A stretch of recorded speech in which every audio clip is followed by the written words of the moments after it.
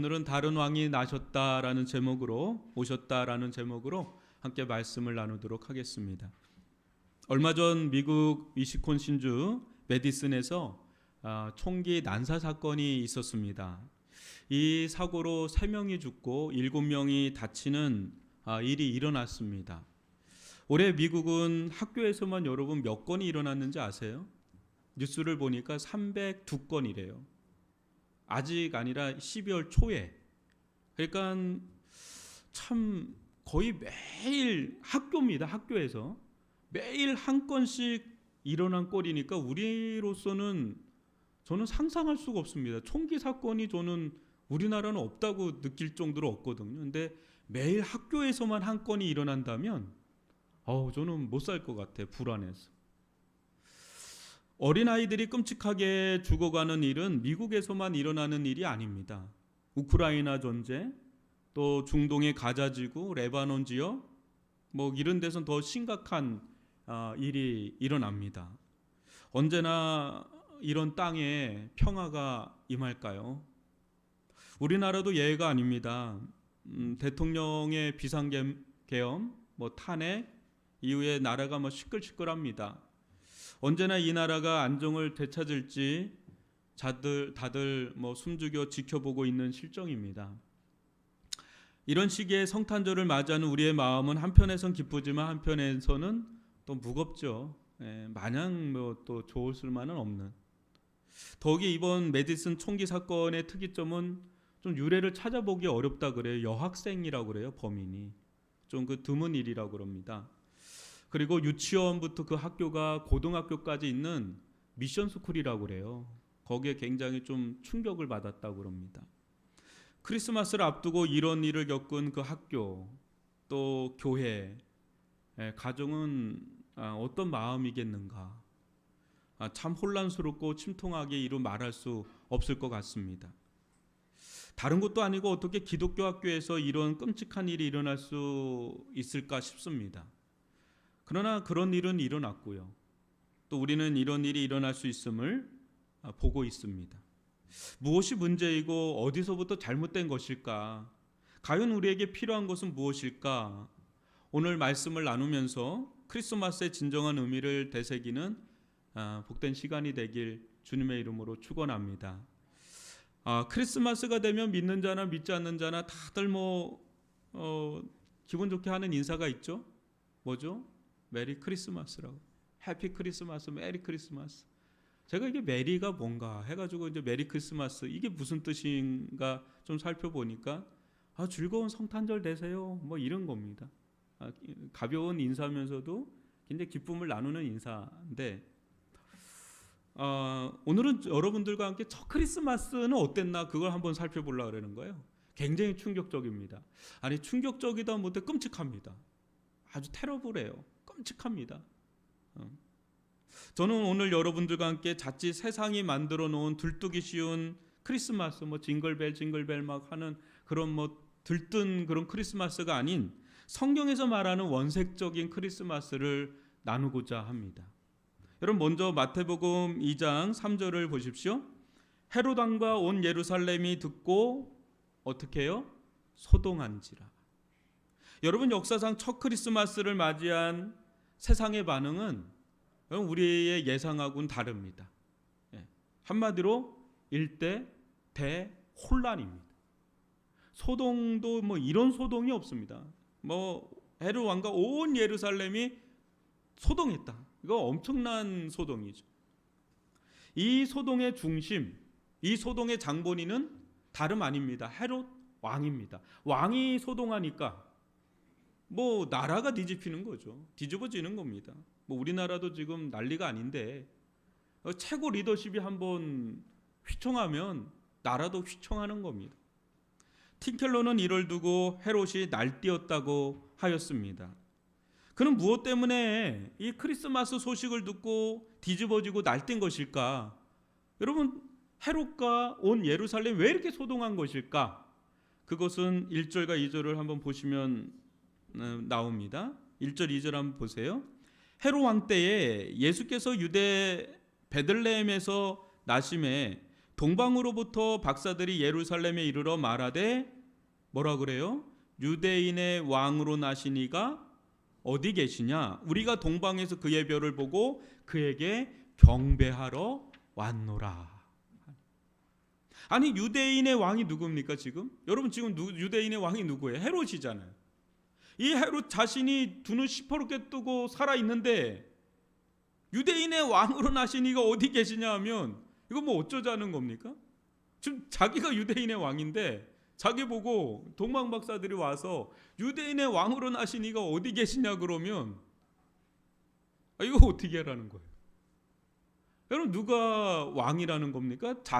헤롯 왕이라는 거예요? 아니면 지금 방금 태어난 어떤 아기가 왕이라는 겁니까? 약간 후자잖아요. 그러니까 이 말을 들은 헤롯이 여러분이라면 어떻겠습니까?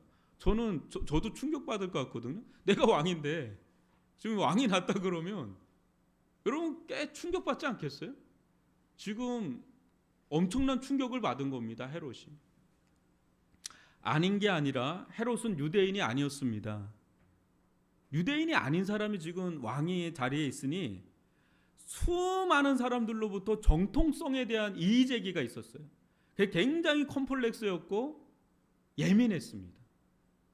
그런 상황에서 동방에서 온 점잖게 생긴 박사들마저 이런 질문을 할 때 여러분 어떤 생각이 들겠습니까? 헤롯 입장에서 한번 생각을 해보세요. 아니 이 세상에 나 말고 또 왕이 있단 말인가? 어떤 놈이 내 자리 내 보좌를 넘본다는 것인가? 내 일을 가만히 자시할 수 없다. 싹을 잘라버리고 말 테다. 여러분 보통 죄송합니다. 보통 성극을 하잖아요. 근데 뭐 저희들 안에서 제가 한번 흉내를 내봤습니다. 저 꽤 많이 했거든요. 대학생 때 대본도 짜보고 막 했는데 여러분 헤롯은 이 순간에 간신히 정신을 가다듬고 애써 이제 태연하게 이제 속에서 이런 마음이 부글부글 끓는데 애써 태연하게 이야기를 합니다. 그게 7절과 8절인데 읽어드리겠습니다. 이에 헤롯이 가만히 박사들을 불러 별이 나타난 때를 자세히 묻고 베들레헴으로 보내며 이르되 가서 아기에 대하여 자세히 알아보고 찾거든 내게 구하여 나도 가서 그에게 경배하게 하라. 이상하죠? 거짓말이죠? 그럴 리 없죠? 여러분 숭악한 헤롯은 사나운 일이면서 동시에 교활한 여우 같은 자였습니다. 유대 역사학자 요세푸스에 의하면 헤롯이 어떤 인물인지 여러분 좀 그려야 되는데 제가 이야기하는 거를 듣고 한번 그려보세요. 역사학자 요세푸스가 이렇게 기록합니다. 헤롯은 두 번째 아내인 미리암과 천한과 장모를 처형시켰다.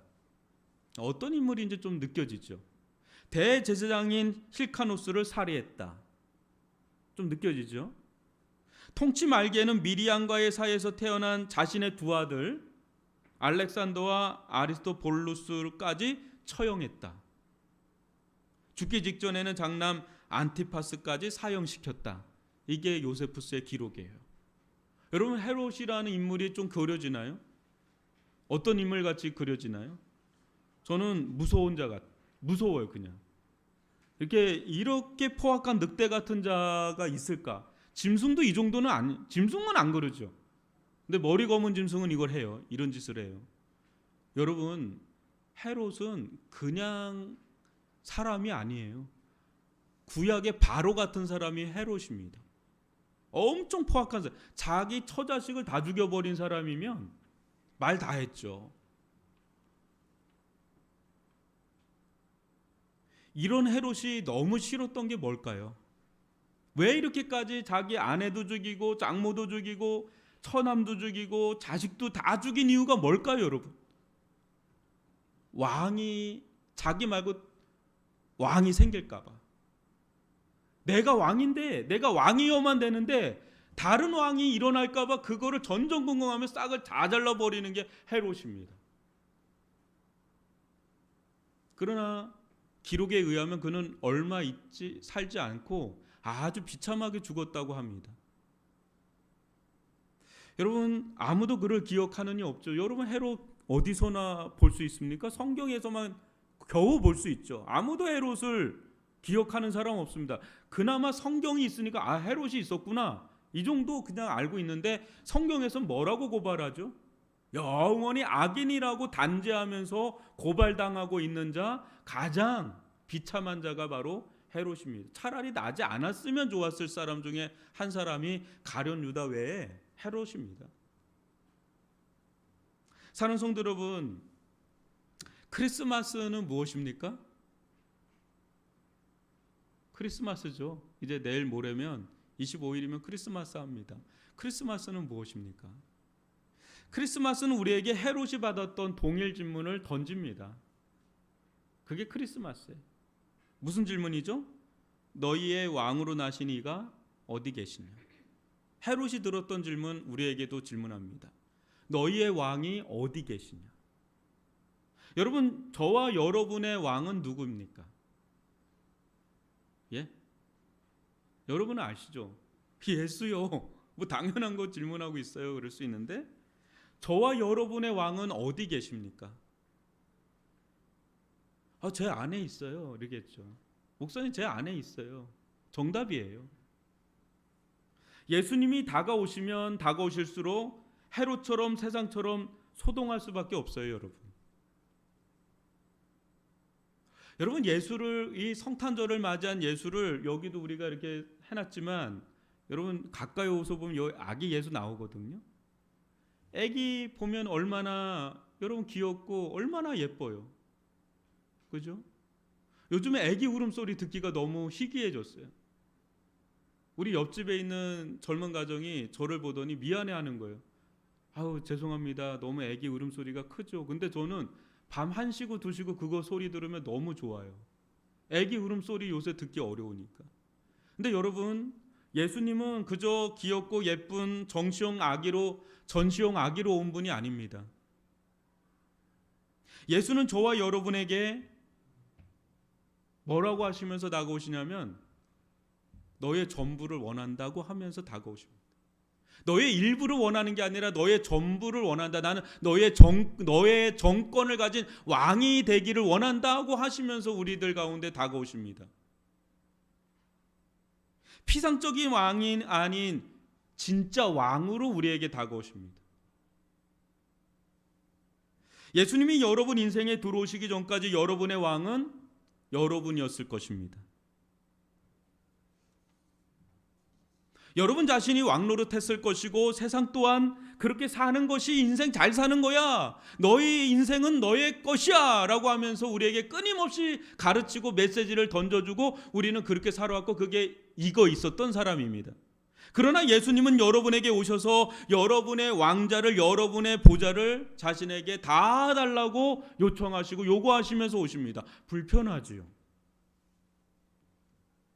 이때 우리도 헤롯처럼 세상처럼 소동하기 시작합니다. 불편해지니까요. 만약 여러분 가운데 단 한 번도 이런 소동을 겪지 않았다면 죄송하지만 여러분은 그리스도인이 아닐 수 있습니다.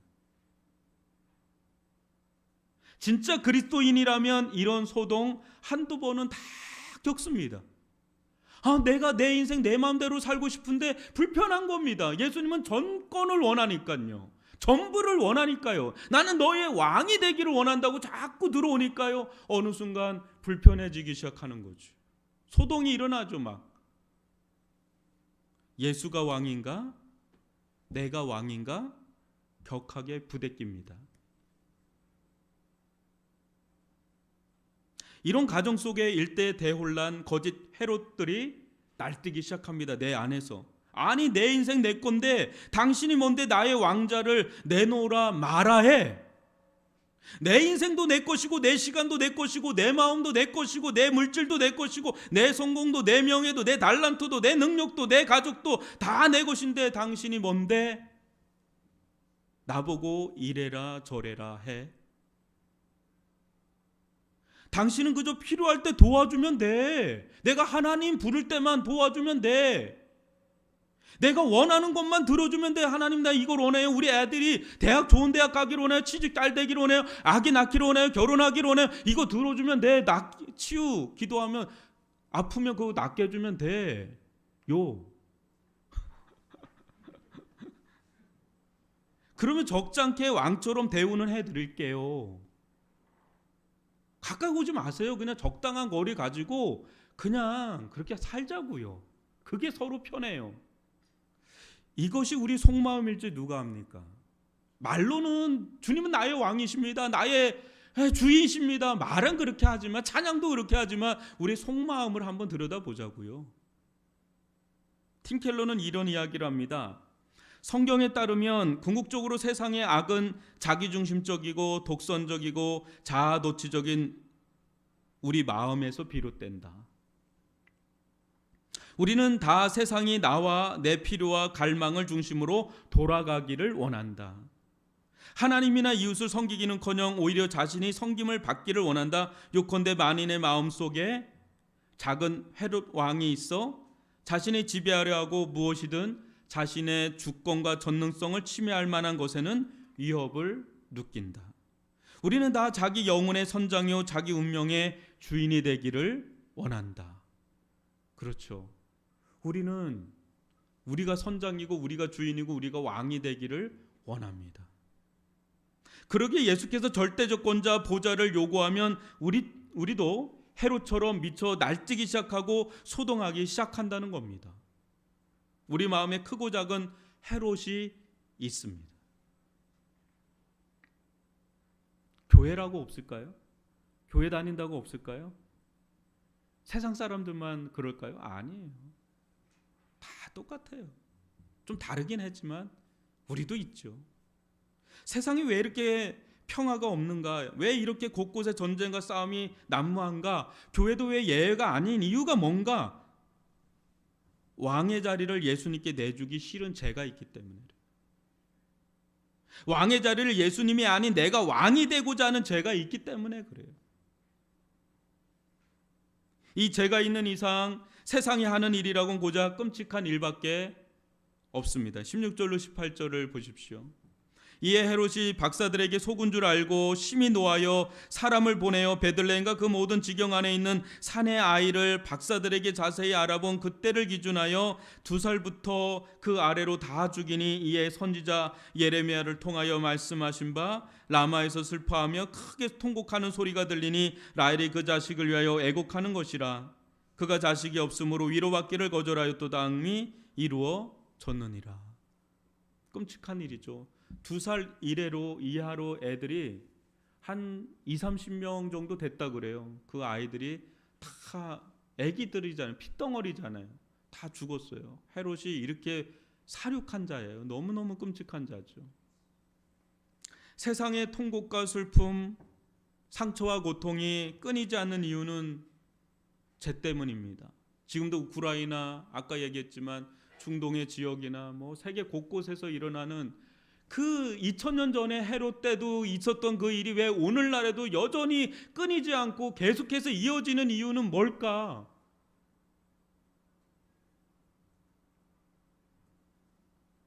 우리가 왕이 되고자 하는 거죠. 왕의 자리를 내주지 않는 것. 예수는 바로 이런 세상 속에 들어오신 왕입니다. 그런데 예수님은 헤롯과는, 우리와는 다른 왕입니다. 우선 예수님은 헤롯의 명령을 피해 애굽으로 가셨습니다. 여러분 13절로 15절 보세요. 그들이 떠난 후에 주의 사자가 요셉에게 현몽하여 이르되 헤롯이 아기를 찾아 죽이려 하니 일어나 아기와 그의 어머니를 데리고 애굽으로 피하여 내가 내게 이르기까지 거기 있으라 하시니, 요셉이 일어나서 밤에 아기와 그의 어머니를 데리고 애굽으로 떠나가 헤롯이 죽기까지 거기 있었으니, 이는 주께서 선지자를 통하여 말씀하신 바 애굽으로부터 내 아들을 불렀다함을 이루려 하심이라. 마태는 이 사건을 여러 번 기록하면서 우리에게 무엇을 말하려고 한 것일까요?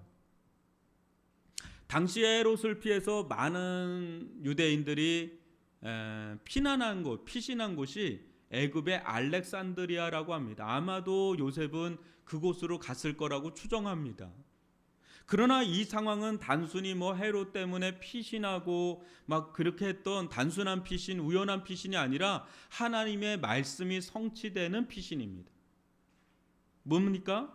여러분, 마태는 이 사건을 어떻게 보고 있냐면 호세아서를 인용하면서 이 사건을 이야기합니다. 애굽으로부터 내 아들을 불렀다. 여러분, 예수님은 어떤 분이시죠? 하나님의 아들이신 줄 믿습니다. 애굽에 있다가 예수님을 하나님께서 어디로 옮기시죠? 다시 이스라엘로 옮기시죠. 애굽으로부터 내 아들을 불렀다. 이 호세아서를 인용합니다. 여러분, 이 장면 어디서 많이 연상되는 장면 아닙니까? 애굽으로부터 내 아들을 불렀다. 어디 말씀이 기억이 좀 연상이 되십니까? 우리 위례중앙교회는 좀 수준 있잖아요. 뭐가 기억나죠? 출애굽이 기억나죠. 일부 참석하셨습니다. 출애굽이 아마 연상되실 겁니다. 그렇죠? 왜냐하면 이스라엘을 장자라고 불렀으니까. 내 아들을, 애굽으로부터 내 아들을 불렀다. 두 개가 불렀거든요. 그죠? 예수님도 부르셨고 그 전에 수백 년 전에 이스라엘을 애굽에서 불러내신 하나님. 근데 여러분, 이스라엘은 어떤 자들이었죠? 애굽에서 불러내긴 했지만 이들의 광야 생활을 보면 온갖 불순종과 온갖 불신앙으로 점철된 이런 이스라엘. 근데 이런 이스라엘과는 차원이 다른 분이 누굽니까? 바로 예수 그리스도이십니다.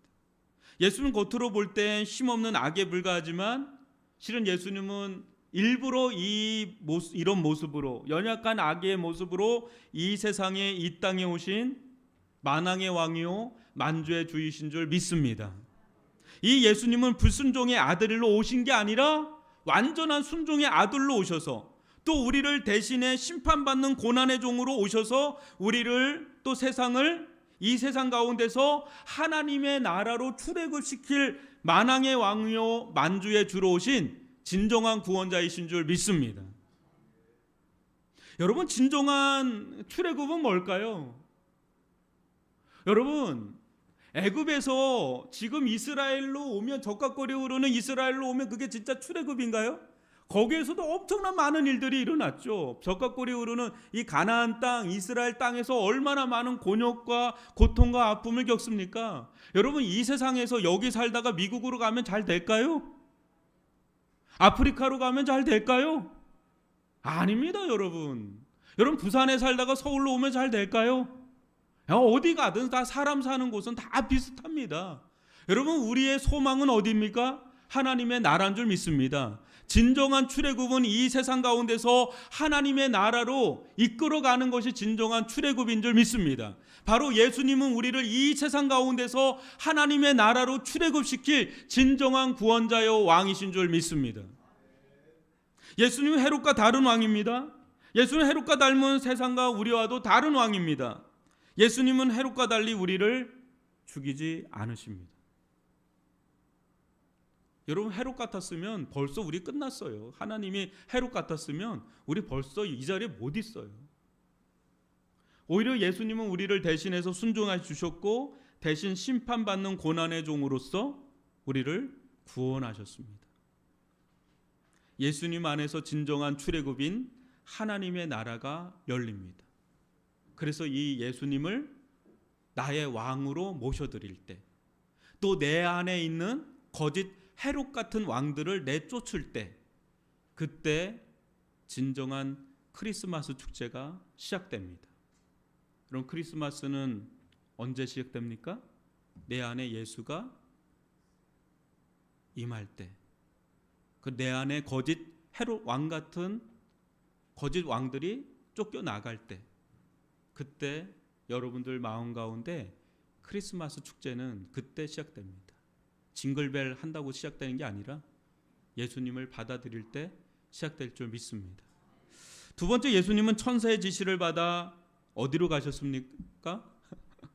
나사렛으로 가십니다. 19절로 23절을 읽어드리겠습니다. 헤롯이 죽은 후에 주의 사자가 애굽에서 요셉에게 현몽하여 이르되 일어나 아기와 그의 어머니를 데리고 이스라엘 땅으로 가라. 아기의 목숨을 찾던 자들이 죽었느니라 하시니 요셉이 일어나 아기와 그의 어머니를 데리고 이스라엘 땅으로 들어가니라. 그러나 아칼라오가 그의 아버지 헤롯을 이어 유대의 임금됨을 듣고 거기로 가기를 무서워하더니 꿈의 지시하심을 받아 갈릴리 지방으로 떠나가 나사렛이란 동네에 가서 사니 이는 선자로 하신 말씀에 나사렛 사람이라 칭하리라 하심을 이루려 함이로라. 마태는 이 사건을 통해 또 우리에게 무엇을 말하려 한 것일까요? 나사렛. 여러분, 이 지역 구약 성경을 읽어보면서 아니면 신약을 읽어보면서 여러분 나사렛이란 지명이 나오는 구절을 읽은 적 있으십니까? 구약에 없어요, 여러분. 나사렛. 너무 작은 동네라, 너무 작은 마을이라 이게 눈에 띄지도 않습니다. 학자들은 한 480명 정도 되는 마을 정도로 추정하고 있습니다. 굉장히 작은 마을이죠. 많은 사람들이 왜 예수님을 나사렛 예수라고 할까를 연구하고 또 연구했습니다. 여러분도 나사렛 예수의 이름으로 병이 나을지어다도 막 우리가 선포할 때 나사렛 예수의 이름으로 이렇게 하거든요. 왜 나사렛 예수라고 할까? 근데 구약에는 나사렛이라는 위치 지명이 없어요.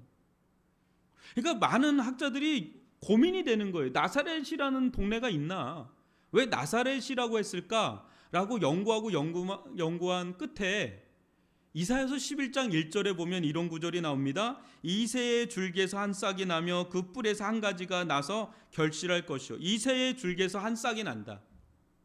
그 뿔에서 한 가지가 난다 라고 할 때 그 가지, 그 싹이 나사렛이라는 음하고 동음 언어입니다. 동음. 비슷한 언어에 음이 나요. 그러니까 뭡니까? 나사렛 하는 게 가지, 싹이라는 뜻이 있다는 거죠. 그래서 이 나사렛에 사는 사람들은 그때 당시에 메시아에 대한 기대와 소망이 굉장히 컸다 그래요. 우리 이곳에서 메시아가 임할 수 있다, 메시아가 올 수 있다라는 그 기대감이 굉장히 컸다 그래요.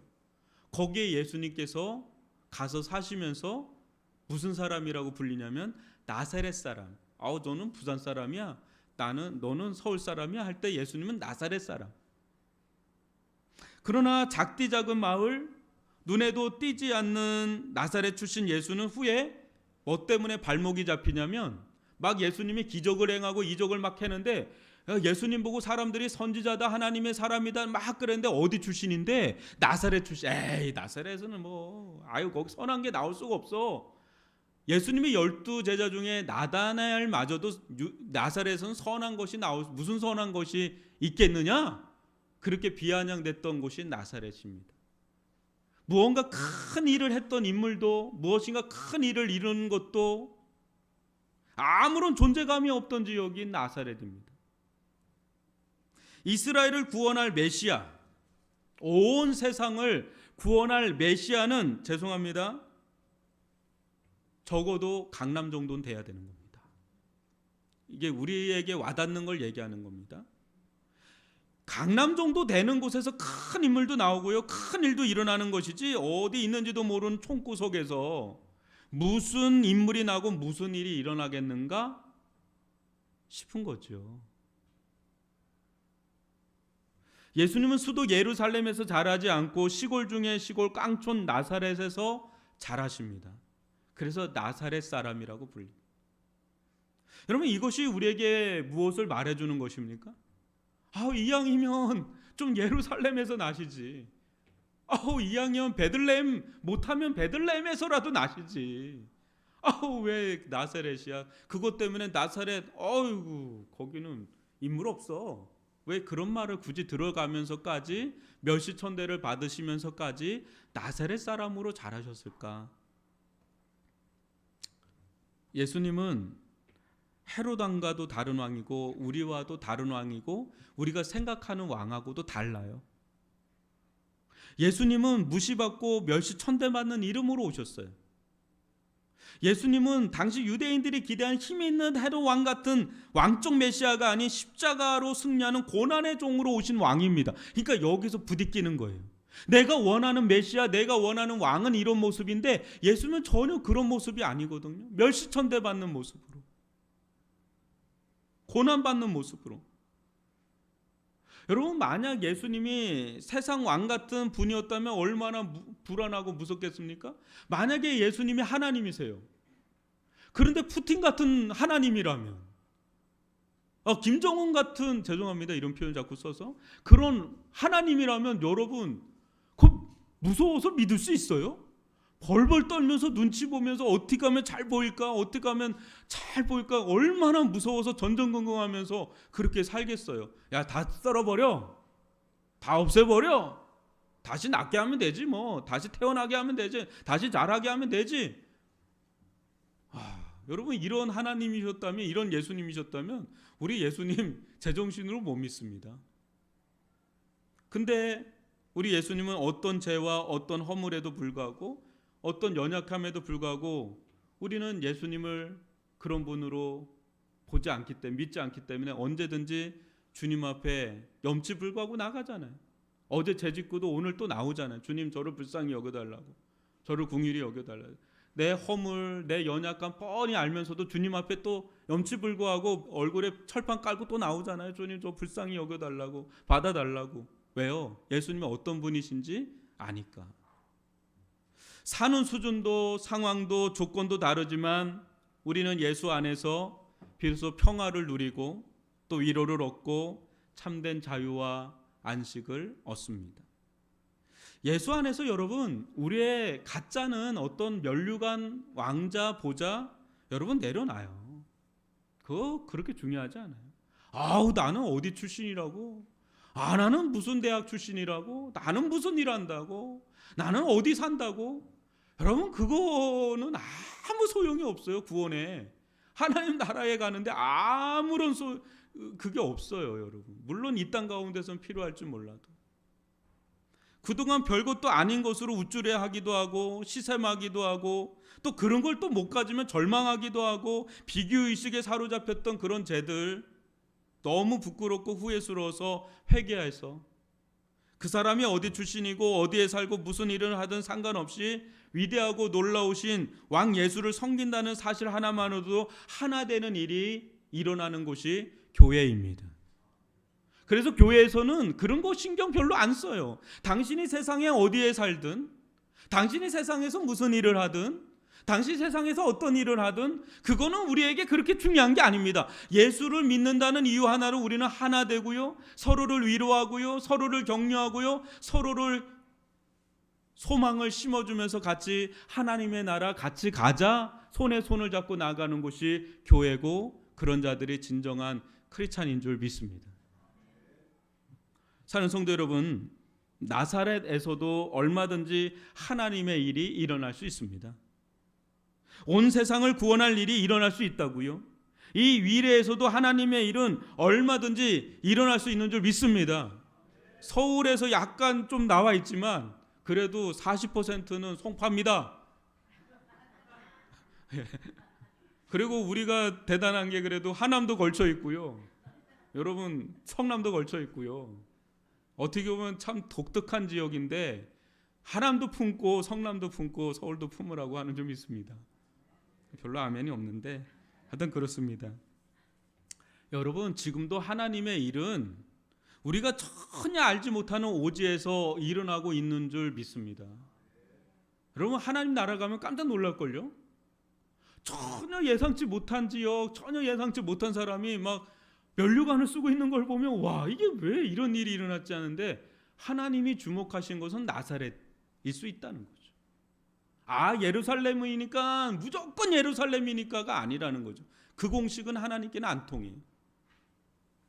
그러니 저와 여러분이 어떤 처지에 있든 그곳으로 기죽거나 절망하거나 비교의식에 시달리지 않기를 바랍니다. 내가 나사렛 출신이라는 걸 너무 주눅들거나 기죽지 않기를 바랍니다. 부끄러워하거나 수치감을 느끼지 않아도 된다는 거예요. 내가 어떤 일을 하든 무슨 일을 하든 그렇게 그건 중요한 일은 아니다. 또 그것으로 교만하거나 우쭐하지 마시기 바랍니다. 나는 이렇게 산다고. 그거 우쭐하지 않기를 바랍니다. 이름도 사라져가는 곳에서도 하나님은 역사하십니다. 예수님은 나사렛 출신임을 부끄러워하거나 수치스럽다 여기지 아니하시고 우리에게 다가오실 때 언제나 나사렛 예수 그리스도로 다가오십니다. 나는 너희들의 조건 때문에, 너희들의 상황 때문에, 너희들의 형편 때문에 내가 너를 택한 게 아니야. 나는 너희들보다 제일 못난 곳에서 자랐어. 내가 누구를 차별하고 누구를 벽을 세울 수 있겠니? 나는 다 나에게 오기를 원해. 여러분, 예수님만이 우리의 진정한 왕이신 줄 믿습니다. 이 예수님을 모셔드릴 때 그때 크리스마스 축제가 시작됩니다. 진정한 크리스마스, 그것은 예수와 함께 시작됩니다. 우리의 진정한 왕이 되시고 우리의 진정한 주가 되시는 이 예수님을 찬양하고 또 경배하며 높이기를 주님의 이름으로 축원합니다. 다른 왕으로 오신 예수님 때문에 우리는 삽니다. 세상 왕과는 다른 왕으로 오신 예수님, 그 예수님을 여러분 찬양하면서 나가기를 다시 한번 주님의 이름으로 축원합니다.